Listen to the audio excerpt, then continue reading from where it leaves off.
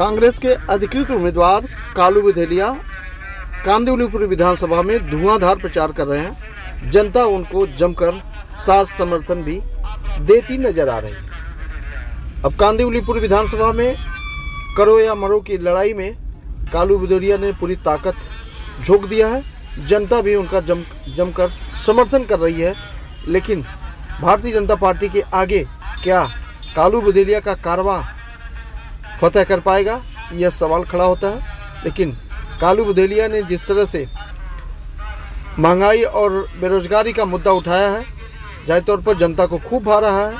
और यही वजह कि कालू बुधेलिया के समर्थन में कांग्रेस की तेज तर्रार स्पोक पर्सन रागिनी नायक भी उनके प्रचार में पहुंची। उन्होंने जमकर भारतीय जनता पार्टी को लताड़ा और बताया कि किस तरह से भारतीय जनता पार्टी ने देश को लूटने का काम किया है, देश में महंगाई बढ़ाने का काम किया है, देश में बेरोजगारी बढ़ाने का काम किया है। यही वजह है कि कालू बुधेलिया के समर्थन में घोर गरीब जनता साथ खड़ी है। और एक बार जाहिर तौर पर कांग्रेस को उम्मीद है कि इस बार जो है वह कांदिवलीपुर विधानसभा में फतह कर पाएगी। लेकिन उनके सामने चट्टान की तरह खड़े अतुल भातखलकर, जो 10 वर्षों का अनुभव भी है, 10 सालों से उन्होंने काम भी किया है।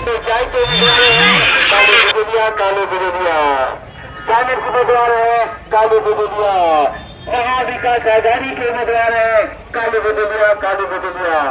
महाविकास आघाड़ी के लोकप्रिय उम्मीदवार है कालू बुधेलिया। शरद चंद्र पवार के उम्मीदवार है कालू बुधेलिया। अखिलेश यादव के उम्मीदवार है कालू बुधेलिया। आप आदमी के विभाग के उम्मीदवार है कालू बुधेलिया। इनके चुनाव चिन्ह की निशानी है हाथ का पंजा, हाथ का पंजा। जानना चाहती हूँ कि महाराष्ट्र में लहसुन 500 रुपए किलो है, प्याज 150 से 200 रुपए किलो पहुँच रही है, टमाटर तो 150 रुपया किलो है। और उसके बाद लाडली बहन योजना का नाम लेके 1,500 रुपए की बात की जाती है। देखिए, जब कांग्रेस की सरकार होती है तो महिलाएं बटुआ लेकर जाती है, थैले में सामान खरीद के लाती है। और ये मोदी, फडणवीस, शिंदे और पवार की जो यहाँ पर महायुति सरकार चल रही है, उसमें महिलाएं थैला लेके जाती है और बटुए में सामान खरीद के लाती है। इतनी महंगाई है। डिग्री है पर नौकरी नहीं, शौचालय है पर पानी नहीं, सिलेंडर है पर गैस नहीं, थाली है पर खाना नहीं, वाहन है पर पेट्रोल डीजल नहीं, जीवन है पर खुशी नहीं। इसलिए महाराष्ट्र की महिलाएं बहुत अच्छी तरह जानती हैं कि महायुति सरकार को चुनने का मतलब है अपने घर के बजट को अगले 5 साल के लिए फिर बर्बाद करना, सर्वनाश करना। तो ये मुझे ऐसा लगता है कि जो बरसाती मेंढक की तरह टर्राते हुए चुनाव से पहले जो योजनाएं होती हैं, उस पर देश की जनता, महाराष्ट्र की जनता और खासतौर से महाराष्ट्र की महिलाएं कतई विश्वास नहीं करेंगी। वो याद करेंगी बदलापुर को, वो याद करेंगी कि 21 बलात्कार रोज महाराष्ट्र में हो रहे हैं, वो याद करेंगे कि नाबालिग बच्चियों के साथ यौन शोषण, दुराचार में महाराष्ट्र नंबर 1 पर है। अपनी अस्मिता, अपनी इज्जत से बढ़कर महिलाओं के लिए कुछ नहीं होता। इसलिए महायुति की छुट्टी होना तय है। बदलाव की लहर तो बह रही है। आप नौजवानों की बात करिए, 2 करोड़ नौकरियों का वादा देकर नाले की गैस पर पकौड़े तलवाने की बात तक। आज 2 लाख से ज्यादा सरकारी पद महाराष्ट्र में खाली पड़े हुए हैं। देश में सबसे ज्यादा नौजवान आत्महत्या की कगार पर अगर खड़े हैं तो वो महाराष्ट्र में खड़े। आप किसानों की तरफ देखिए, सोयाबीन के लिए 6,000 रुपया प्रति क्विंटल का वादा कब से कर रही है भारतीय जनता पार्टी और शिंदे सरकार, और 3,000 4,000 से आगे नहीं बढ़ते किसान त्राईमाम कर रहा है। NSSO की रिपोर्ट कह रही है कि किसान की रोज की आय 27 रुपया दिन है। किसान जो है वो खुद आत्महत्या की कगार पर खड़ा हो गया, पहुंच गया। महिलाओं की दुर्दशा मैंने आपको बता ही दी। समाज का कोई ऐसा वर्ग नहीं है जो मोदी की डबल इंजन सरकार में खुश हो। और मैं तो और बड़ी बात कहती हूँ, भारतीय जनता पार्टी और ये जो इन्होंने अपना भानुमति का कुनबा जोड़ा है, उनके सर्वोच्च नेता मोदी जी हैं। जब मोदी जी स्वयं चेहरा थे तो लोकसभा के चुनाव में 29 सीटों पर भाजपा चुनाव लड़ी और 28 पे लड़ी और 19 सीटें हारी।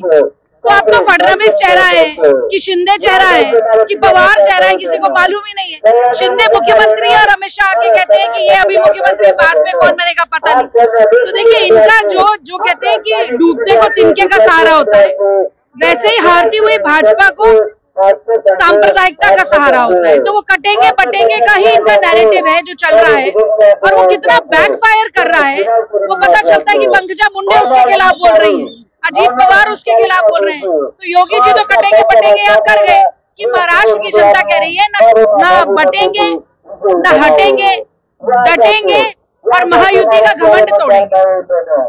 कालू बुदेलिया जी कांग्रेस के उन नेताओं में से हैं जिनकी पीठ भी कभी बुराई नहीं सुनती। आप किसी भी व्यक्ति से उनके बारे में बात कीजिए, देखिए नेता वो अच्छा होता है जो इंसान भी अच्छा हो, जो हम राहुल गांधी जी के लिए कहते हैं कि जिसके मन में कोई खोट ना हो, जो ईमानदार हो और जो जनता के साथ कदम से कदम, कंधे से कंधा और आवाज से आवाज मिलाकर चलना चाहे, और वो कालू बुदेलिया जी है।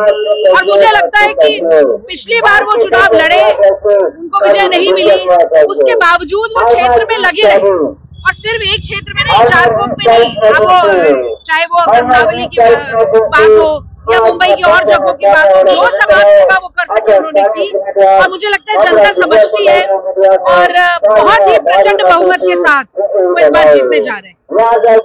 पूरा साथ है, हर एक समाज का साथ है, हर एक जनता का साथ है। जनता को एक ही मांगे कि कई जगह पे पानी की समस्या है, कई झुग्गियों में काम नहीं हो रहे, नाले की समस्या है, लखनऊ में अपना रोड जो है ना डीपी रोड, वहाँ पे उसकी समस्या है, बहुत सब लोग नाराज है। कालू भाई के लिए जो यहाँ जनता का समर्थन है, जो आज तक हमने देखा नहीं है। 10 साल से जो भाजपा के विधायक है वो उनके बारे में कुछ कहने जैसा ही नहीं रहा है। एक तो सबसे पहले उनकी भाषा सुनने में आ रहा है कि वो बहुत घमंड है उनको। तो आज घमंड तोड़ने के लिए कालू भाई को पार्टी ने उम्दा नेतृत्व दिया है, और जैसे आप देख सकते हो कि जनता का बहुत सारा उनका समर्थन है।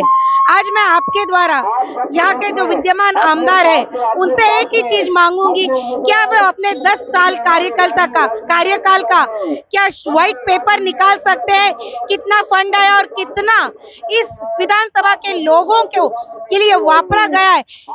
10 साल भूल जाइए, 1 साल के लिए, 1 साल का जो उन्होंने कार्यकाल में जो फंड वापरा है उसका अगर व्हाइट पेपर दे दे तो बहुत बड़ी बात होगी। जनता के फंड का उन्होंने सिर्फ फंड किया है। ऐसे यहाँ के विद्यमान आमदार है जिनसे जनता त्रस्त हो चुकी है।